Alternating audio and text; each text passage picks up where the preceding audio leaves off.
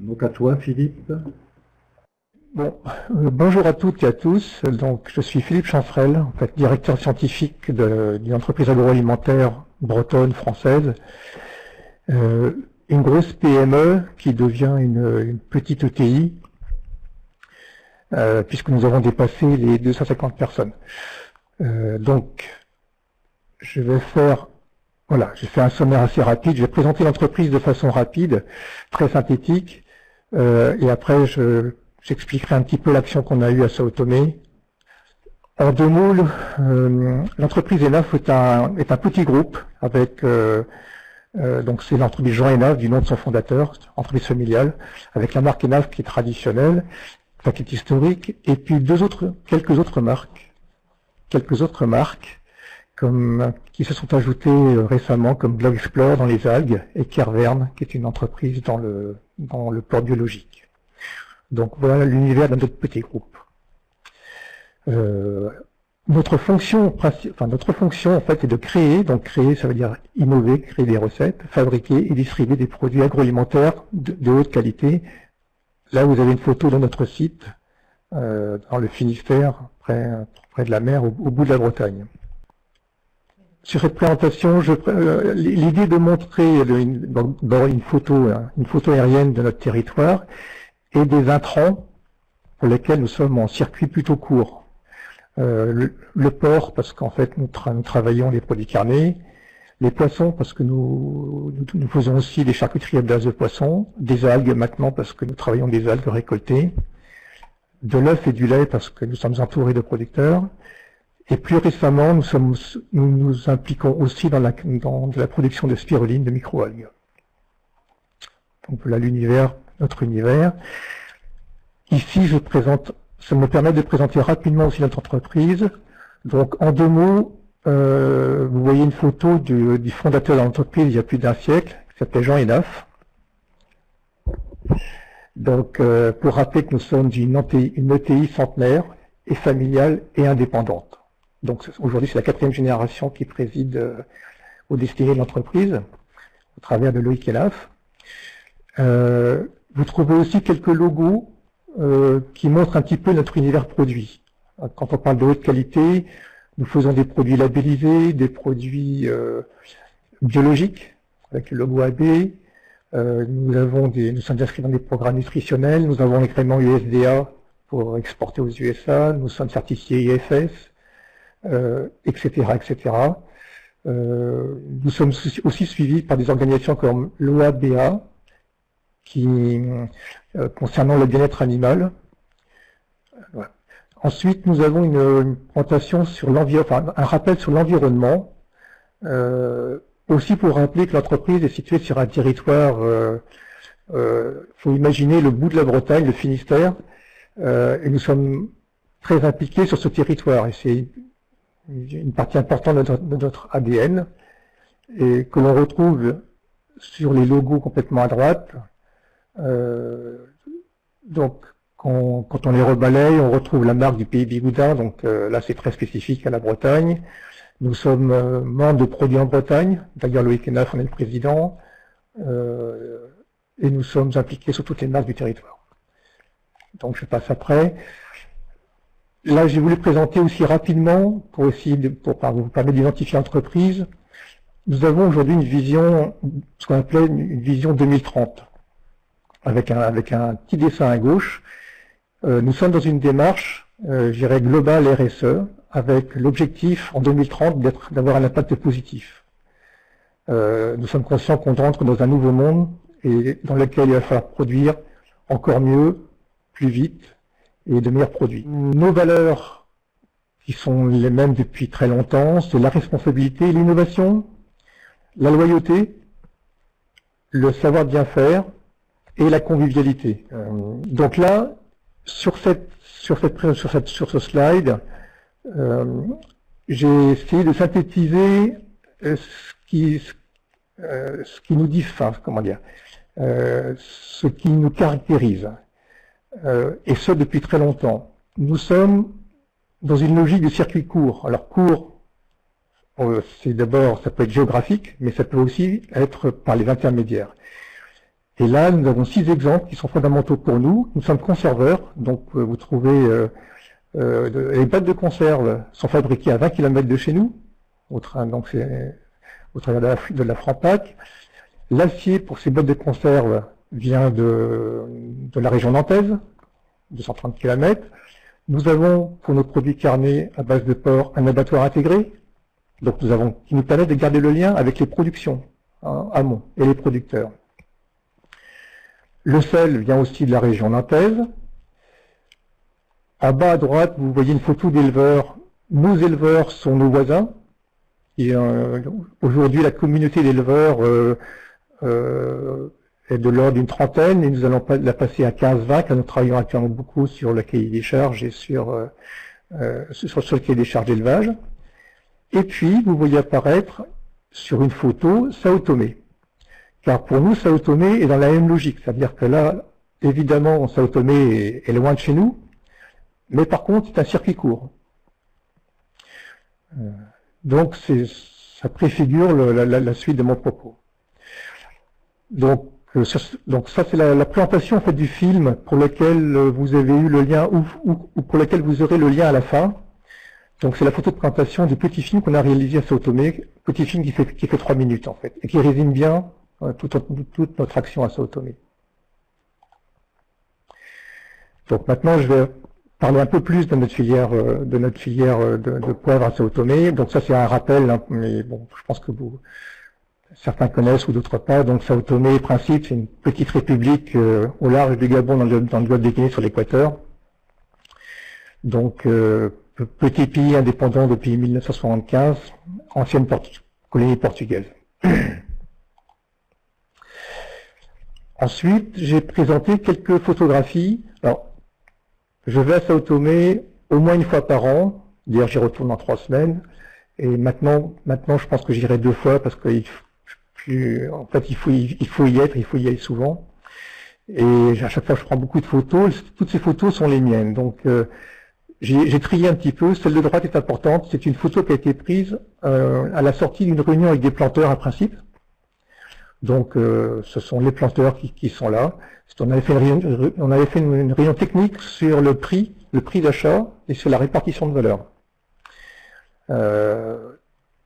Au centre de la photo, il y a une personne donc, qui est Gilles Talric. Alors, je ne l'ai pas mentionné au début. Gilles Talric est le président de l'entreprise Ometer, qui nous accompagne dans cette filière de poivre à Sao Tomé. En fait, nous sommes 12 entreprises à avoir développé cette filière d'exportation de poivre. Ometer, basé à Marseille, fait le travail de sourcing des épices et vend des épices et travaille avec nous depuis très longtemps. Donc, nous, ENAF, nous ne sommes pas compétents pour être importateurs et pour aller faire ce métier qui est un métier particulier. Donc, Gilles et moi, nous travaillons ensemble et nos 12 entreprises travaillent ensemble pour réussir en fait cette aventure. Et à gauche, c'est une photo un peu symbolique, avec le directeur exécutif de la coopérative, de la CEPIBA, qui est au milieu, qui est Chico, et il est entouré d'une petite équipe de travailleurs qui défrichent en fait une parcelle. C'est une parcelle qui a été acquise par la coopérative et que nous, ENAF, on a financé, qui va permettre à la coopérative d'avoir une trésorerie et un fonds de roulement. Quelques slides pour montrer le travail concret. Là, on voit Gilles Talric qui regarde des plants d'une pépinière. Là aussi, hein, donc, quelques slides avec une petite coquille, c'est bien récolte et non pas récolte, au passage. Donc là, on voit les grappes de poivre avant la récolte. À gauche, la récolte qui s'est faite parce que dès que les baies commencent à être rouges ou orangées, c'est le stade où on peut commencer à récolter. Là, alors, des photos importantes parce qu'en fait, nous, à Sao Tomé, nous avons besoin de poivre blanc. Nous sommes un gros utilisateur de poivre blanc. Et pour faire du poivre blanc, il faut faire du trempage après récolte. Et un des points essentiels et techniques, c'est la maîtrise du trempage du poivre, parce qu'en fait, ce poivre doit être trempé pendant quelques jours à une température qui est la température de l'équateur, c'est-à-dire entre 25 et 30 degrés, ce qui veut dire qu'il faut maîtriser l'approvisionnement en eau, d'une eau propre, et si possible d'une eau courante pour ne pas avoir de fermentation anormale. Et ça, c'est des exemples de rinçage qui est fait du poivre. Après trempage, ce poivre est enlevé des bacs, et il doit être rincé jusqu'à temps que l'eau soit claire. Et à ce stade-là, c'est-à-dire que là vous le voyez sur la photo en haut à droite, quand on voit les grains de poivre au fond du bac, ça veut dire que le rinçage est suffisant, et après on peut passer au séchage, et on les met sur des séchoirs solaires, tout simplement, donc c'est des bâches plastiques hein, sur des claies. Là encore, une autre vue des séchoirs sur lequel là il y a du poivre noir, parce on fait aussi un peu de poivre noir, et au milieu un peu de poivre rouge, parce que on fait aussi des tests sur le poivre rouge. Donc sur cette image, en fait c'est alors sur cette image et la suivante, c'est la page qui est présente dans la déclaration RSE que l'on a faite, qui résume en fait notre action à Sao Tomé. Donc en fait toute notre action se résume dans cette page et dans la suivante. On y rappelle en fait que la production de poivre que nous faisons est une production de poivre biologique, certifiée par EcoCert, donc avec le logo AB. Donc EcoCert va faire l'audit tous les ans. Que ce poivre qui est développé depuis 10 ans, pour lequel nous sommes le seul client export, n'est pas une simple culture d'exportation, mais alimente aussi le marché intérieur. Il faut savoir que il y a quelques dizaines d'années, quand les Portugais avant que les Portugais ne partent, le poivre qui était consommé sur le marché intérieur était importé par les Portugais. Donc aujourd'hui, la filière de poivre qui est développée alimente d'abord le marché intérieur et après l'exportation. Et aujourd'hui, l'exportation, c'est nous qui l'avons créée. Maintenant, à terme, nous espérons que le développement va permettre d'aller au-delà de nous. Donc nous rappelons aussi dans cette page que nous apportons un appui technique par notre présence. Nous les aidons à maîtriser des paramètres techniques et technologiques sur différents aspects. Et nous apportons aussi une assistance sur la gestion financière et sur la maîtrise de la valeur. Donc en fait, cette maîtrise financière est le point clé, c'est-à-dire que nous garantissons aujourd'hui un prix fixe sur une durée de 5 ans, mais qui va être renouvelée dans quelques semaines d'ailleurs. Donc sur un prix fixe rémunérateur, bien au-delà du prix du marché. Ça c'était la condition de réussite du projet. Et sur le plan financier, l'autre condition est le préfinancement des récoltes. Donc dans la pratique, nous dès le début de la récolte, c'est-à-dire en mars-avril, nous envoyons déjà à Sao Tomé 50% ou 60% du prix total prévisionnel de la récolte. Et c'est ça qui a permis de développer, puisque ça a permis aux planteurs qui voulaient développer les cultures de pouvoir replanter, acheter les plants pour les pépinières, passer du temps, parce qu'il faut savoir que au niveau du poivre, entre la plantation, enfin le démarrage de la plantation, il faut 3 à 4 ans pour avoir une première récolte. Donc voilà, donc ça c'est la deuxième partie de la page qui est dans notre déclaration RSE, avec un petit histogramme sur les volumes. En fait, cette histoire a commencé en 2009, donc ça fait maintenant 10 ans. Jusqu'en 2015, les volumes étaient faibles et ne correspondaient pas à nos besoins. Il nous faut environ 9 à 10 tonnes de poivre blanc par an et 2 tonnes de poivre noir. Donc vous pouvez voir que jusqu'à 2015, nous n'avions pas ces volumes. Pendant tout ce temps, Gilles Talric a beaucoup travaillé avec la CEPIBA pour développer, pour expliquer aux planteurs qu'on pouvait s'engager dans cette filière. Et nous, à ce moment-là, nous étions là pour garantir le débouché.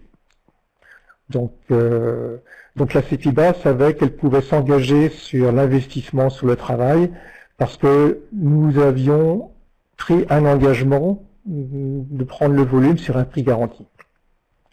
Il faut dire aussi en même temps que la coopérative bénéficie d'un financement des fonds FIDA, ce qui a beaucoup aidé au développement, au démarrage de la filière en 2010-2011. Aujourd'hui, les fonds FIDA sont encore présents, mais comme le modèle économique commence à bien fonctionner, évidemment, les fonds FIDA, à terme, iront en baissant, donc nous devons encore travailler pour bien fixer le modèle économique. Dans cette déclaration RSE, nous avions fixé les étapes à venir, donc nouveau contrat pour 5 ans, c'est ce que nous allons faire dans quelques jours.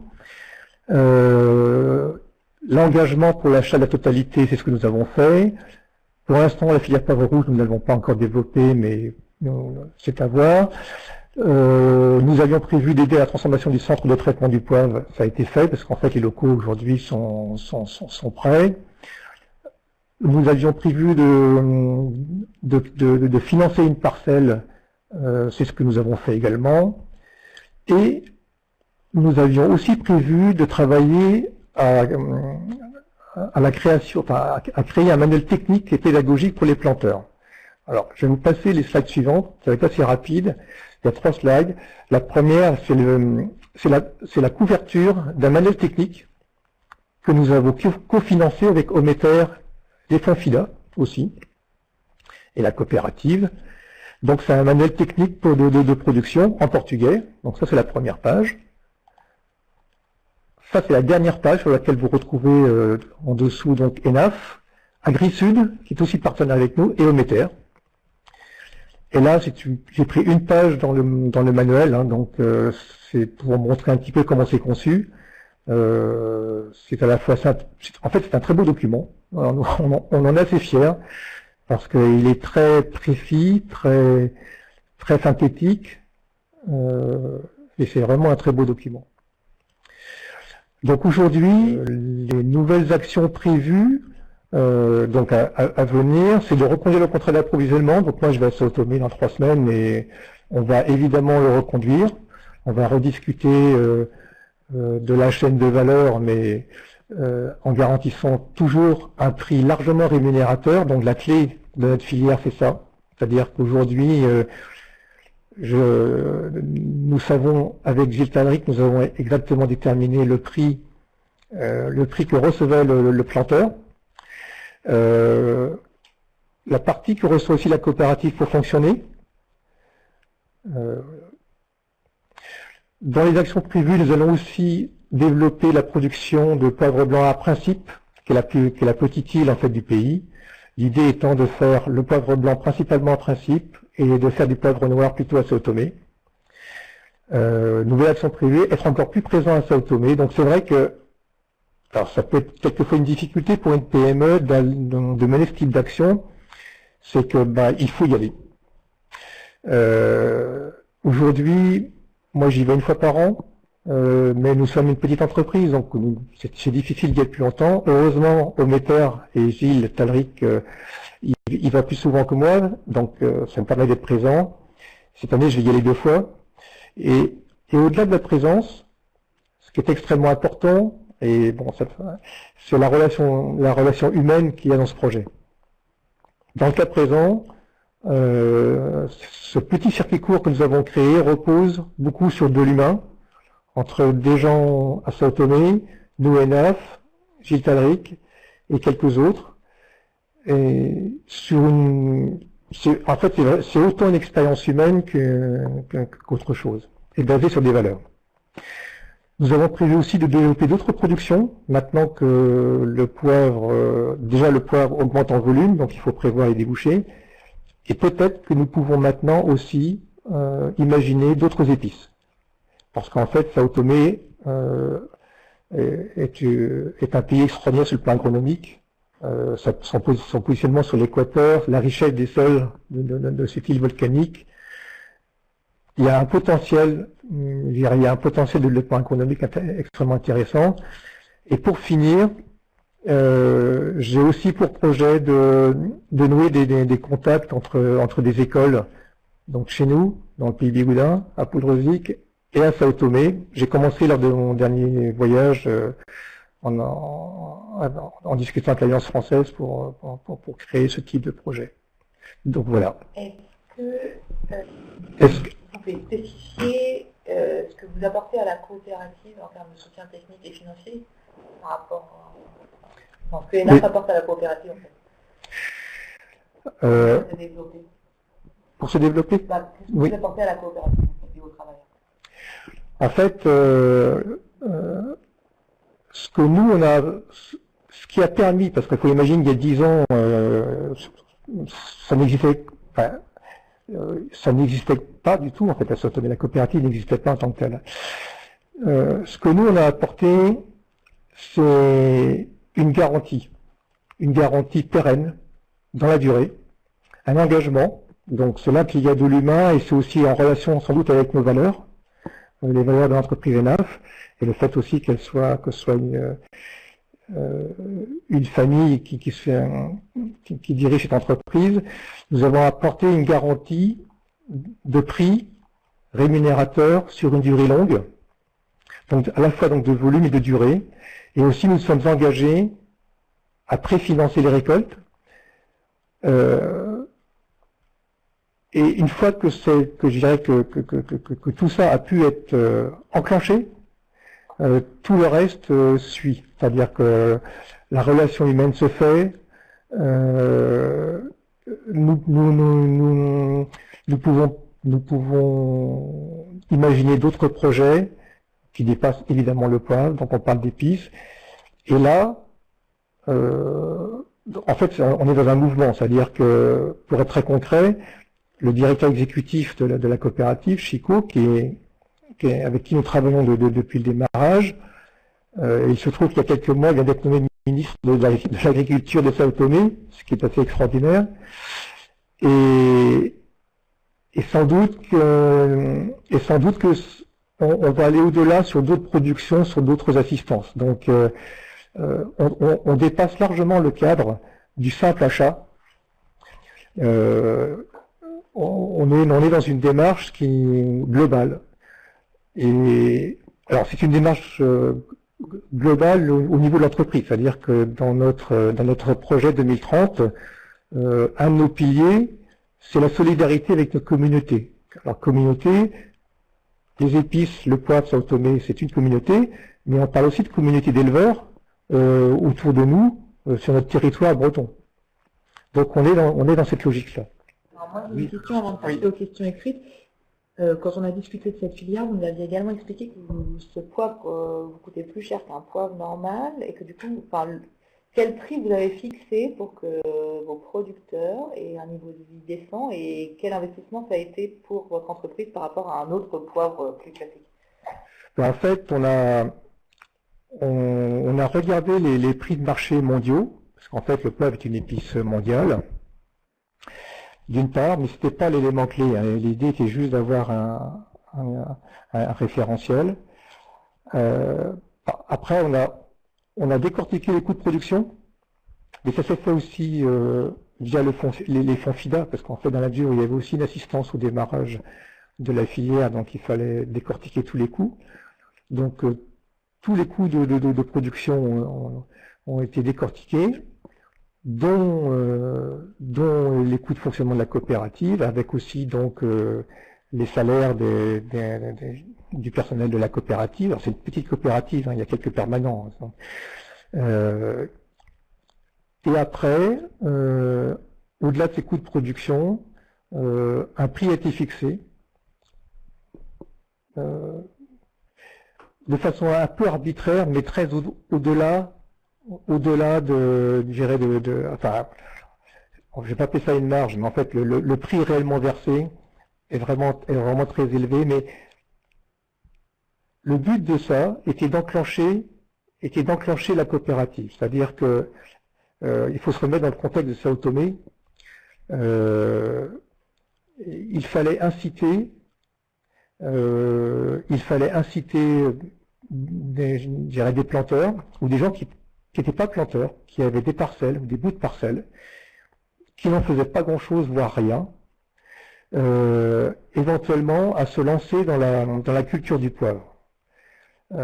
Donc, en fait, c'était plutôt dans une logique de développement agricole de l'île et du pays. Et pour inciter, sachant que pendant 3 ans, il faut travailler sans avoir de revenus, on a créé ce prix volontairement beaucoup plus élevé pour être incitatif. Donc c'est comment dire, c'est un prix vraiment déconnecté d'une logique de prix de marché et autres, mais c'est volontaire. L'idée était de créer la filière, parce que nous, ENAF, nous voulions avoir un produit d'une qualité garantie et un produit tracé. Alors dans l'agroalimentaire, c'est extrêmement important. Alors, on ne peut pas le faire pour tous les intrants, malheureusement, mais le poivre est une épice clé, puisqu'en fait, contrairement aux autres épices, on retrouve du poivre dans tous nos produits. Nous avions besoin d'une qualité, parce que si on travaille mal le poivre dès la récolte, on peut avoir des mauvais produits, et une traçabilité pour pouvoir aller à la culture. Le contrat volume-prix a permis d'amorcer l'activité et de sécuriser la production en point d'interrogation. Et est-ce que dans le fond, dans tout ce que vous avez présenté, est-ce qu'il n'y a pas des difficultés? Quels sont les écueils auxquels vous avez dû faire face? Comment je peux résumer ça? En fait, des écueils, il y en a forcément, mais enfin, vu de mon côté, il n'y avait pas d'écueil insurmontable. C'est-à-dire que dès lors que... Alors, notre expérience est un témoignage. Ça n'a pas valeur de modèle ni d'exemple forcément. C'est juste le témoignage d'une entreprise qui a fait ce type d'action. Mais dès lors qu'il y a une volonté d'entreprise, et quand j'ai une volonté, c'est ses dirigeants, que ça correspond aussi à nos valeurs, c'est-à-dire que ce que l'on fait aujourd'hui, on en est fier. Après, les difficultés, alors effectivement, il faut y aller, il faut passer du temps. On n'a pas eu les volumes au moment où on les voulait au démarrage, etc., etc. Mais dès lors qu'il y a une volonté forte et qu'en plus on a établi une relation humaine avec les producteurs à l'origine que je connais, je vais les voir. Dès lors qu'on a établi ça, je considère qu'il n'y a pas eu d'écueil majeur. Mais ça repose effectivement sur des valeurs d'entreprise et une volonté. Bon, je vais donc conclure, hein, parce que voilà, le temps passe. Moi, je voulais souligner un petit peu que les PME proches des populations un peu, ou organisations paysannes, vivrières, familiales dans les pays du Sud, c'est vraiment, là, on le voit à travers des exemples, vraiment une réalité. Moi, je trouve ça, en termes de solidarité internationale, intéressant. L'originalité aussi en taille humaine, de proximité, hein, même si c'est à 5000 km. Et l'évolution aussi de la loi de vigilance au plan européen est donc important et international et important pour vraiment les PME. Il n'y a pas que, à mon avis, les grosses entreprises. Et je finirai un petit peu parce qu'on est en Bretagne et qu'on a relancé un peu le réseau Bretagne Solidarité. Et je pense qu'à ce titre-là, que ça soit ici en Bretagne, en France ou dans les pays pour ceux qui nous ont rejoints, ma question, elle est trouver des lieux de partage autour de la RSE. Ça veut dire qu'aujourd'hui, impliquer des acteurs et s'impliquer comme acteurs et réfléchir ensemble, c'est un peu le défi. Et le réseau Bretagne Solidarité, c'est plus de 1000 associations de jumelage, de coopération décentralisée, hein, d'ONG. Donc il y a un collège association, il y a un collège où les entreprises dont on voudrait qu'il y ait plus de participants peut être présent. C'est aussi un collège d'élus et de collectivités territoriales parce que l'entreprise, que ce soit une PME ou une grande entreprise, elle a un impact politique sur l'État, on voit bien sur tout ce qui est mis en œuvre dans les ministères et autres, mais aussi les collectivités territoriales. Donc c'est intéressant qu'il y ait des élus. Et c'est aussi ces experts, ces représentants de l'éducation, hein, notamment par rapport à la jeunesse, par rapport voilà, à tout ce qui est un peu l'avenir. Comment aujourd'hui parler de la RSE ensemble, et c'est un peu le défi, et que ce soit dans les grandes entreprises, mais aussi dans les PME, et moi je suis content d'avoir participé à ce webinaire. Ok, alors merci beaucoup, merci à tous pour le webinaire. Je crois qu'il n'y a plus de questions. S'il y a d'autres questions, n'hésitez pas à nous les envoyer par mail. Nous les transmettrons à Philippe Chancerelle ou à David Roger. Merci à tous, tout particulièrement à Jean-Paul Corriette qui s'est déplacé jusqu'à nos bureaux, à David Roger depuis Madagascar et à Philippe Chancerelle avec qui je suis. Nous vous enverrons très prochainement le compte-rendu du webinaire. Avec les présentations, nous vous invitons, ceux qui l'ont pas fait, à visionner la vidéo sur le développement de la filière de poivre bio à Sao Tomé et Principe par ENARS. Merci à tous, bonne journée.